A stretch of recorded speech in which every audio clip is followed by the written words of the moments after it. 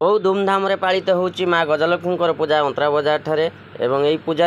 आज थिला 7 दिन। ये 7 दिन रे आज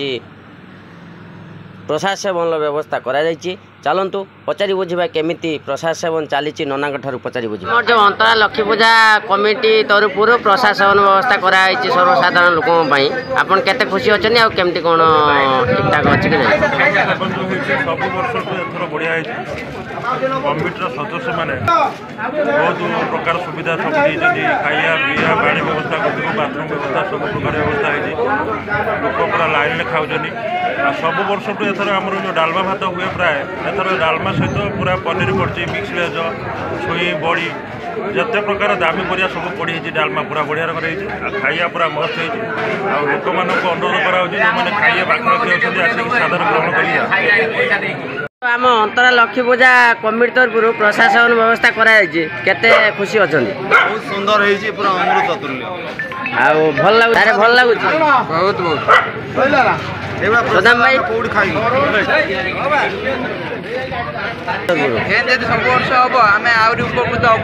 अच्छा ठीक अच्छे आपड़ के खुशी अच्छा जो अनुष्ठान तरफ प्रसाद सेवन व्यवस्था कराई कौन तुम कौन ठारुच तुम खाइए ठार ना से सांडे भल व्यवस्था कौन है भल है खराब है तो क्या टेस्ट है खटा पूरी आमरा प्रसाद सेवन व्यवस्था कराई केमती कौन भल आसत आ कि माने भक्त संपूर्ण चित्र आपको देखा चेष्टा करी यह हूँ अंतरा बजार रे चालू जाइए माँ गजलक्ष्मी पूजार आज 7 दिन। ये 7 दिन कमिटी तरफ प्रसाद सेवन व्यवस्था करा श्रद्धालु मान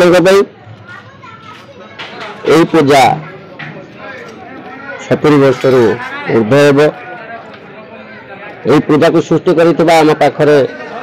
बुद्धिजीवी मैंने नहांती सत किंतु जो स्वप्न देखुले यही पूजा दिने ना दिने कौन ना कौन कोण अनुकोण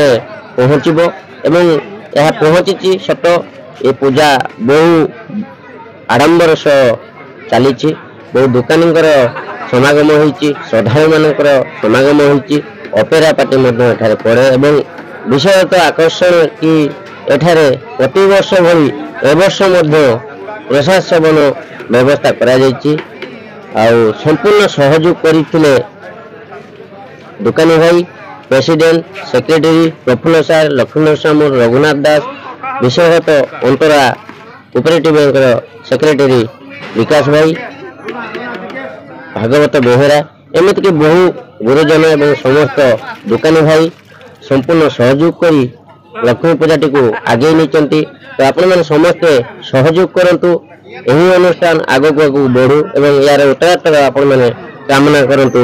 जय माँ गजलक्ष्मी जय जगन्नाथ। तो आपण मैंने जदि मो चैनल टी को सब्सक्राइब करना ताले सब्सक्राइब करंतु लाइक करंतु कमेंट करंतु एवं प्रत्येक दिन नुआ नुआ वीडियो आपण मैंने देखापी आपण पाखे पहुँचापी मु आपणकर अति प्रिय रतिकांत दास। जय जगन्नाथ।